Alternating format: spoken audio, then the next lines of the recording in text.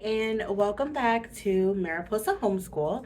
Today's video, we're just going to talk about how I came to homeschool. So how I came to the decision to homeschool my children. If you are new here, hi, welcome. My name is Jatara, and I have been homeschooling my two children who are in preschool and going into fifth grade for this is our third year. And I like to share on this channel content on how I'm able to homeschool my children while working full time. And my husband also works full time. And we're glad to have you. Hope you enjoy the content and like and subscribe. So today is just a sit down and chat video. So grab yourself a cup of coffee if you want, and it's just gonna be kind of like a storytelling. By the way, this is my favorite mug. My sister got this for my birthday. I'm a huge Harry Potter fan, and if you don't know, this is the sorting hat, and then when I put hot liquids in it, it shows my house on the other side. It's my favorite mug. I love it. I'm gonna take a sip. Oh, it's hot. Okay. So, how did we come to homeschool? It's a long story, but I will give you the short version. Basically, to give you a little bit of background, I myself have always been public schooled. I've never been to a private or Christian school or anything like that. My whole entire schooling career and my siblings all went to public school. And unfortunately, we all also grew up with the stereotype thinking that all homeschool kids were weird. So I didn't know anybody who was homeschooled. I didn't know homeschool kids. Once in a while when I would hear about a kid being homeschooled, I'm just like, ooh, that sucks for them. You know, like it wasn't a cool thing. Nobody wanted to be homeschooled. And when I had my first child, I was a young single mother. I had my first child when I was 20, and I was a single parent at the time. And when my child became school age, I naturally thought the only option would be to put him in public school. And we were living in a not so great area, and I did not enjoy that school district, but I had no other choice. I was a single parent, I had to work. So I put my child in public school for kindergarten. Fast forward, he went to kindergarten. He finished out kindergarten at a public school. For first grade, I started dating my now husband, and we moved in together. We got married, and my son was going into first grade in a better school district, and I just thought he was happy in school. I was happy with the school district that we were in. Once my husband and I moved, and we just left him in public school. Fast forward a little bit to COVID, and I had another child at the time, my daughter. She was barely 1 year old when COVID happened, and my son was in first grade. He actually was held back in first grade, and they wanted him to repeat the first grade.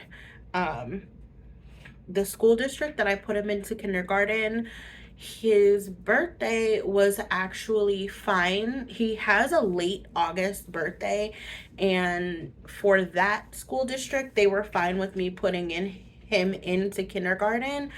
But when we moved school districts and he was in a nicer school district, he technically, instead of putting him into first grade, I should have put him into kindergarten again, but I didn't.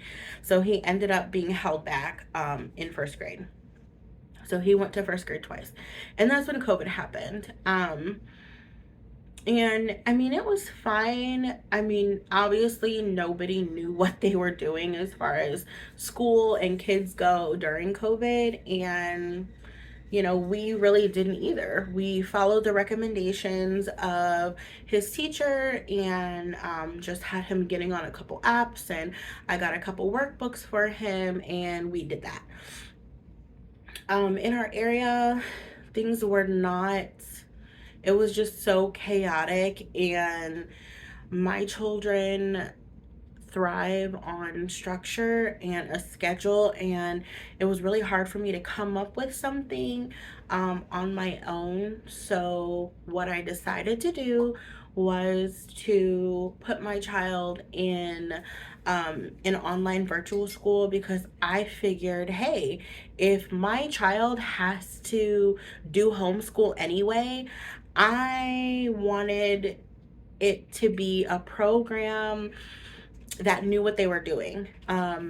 They specialized in home education, and I didn't know how to homeschool my child. I didn't know the first thing about homeschooling. So I figured, hey, we will try this online virtual homeschool. It was called K-12, and we homeschooled through Ohio Virtual Academy, and it was okay.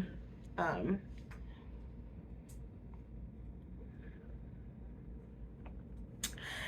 I loved that they sent me everything that I needed, all the books, all the curriculum, his computer, everything that he needed was sent to our door, even like art supplies and science stuff.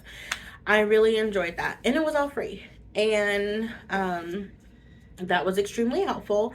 And then he would just have to sign on to his classes and get his work done. But I quickly realized that this program was very parent teaching heavy. I was his teacher. He had a teacher, but throughout the day, I was the one who would help him with all of his subjects.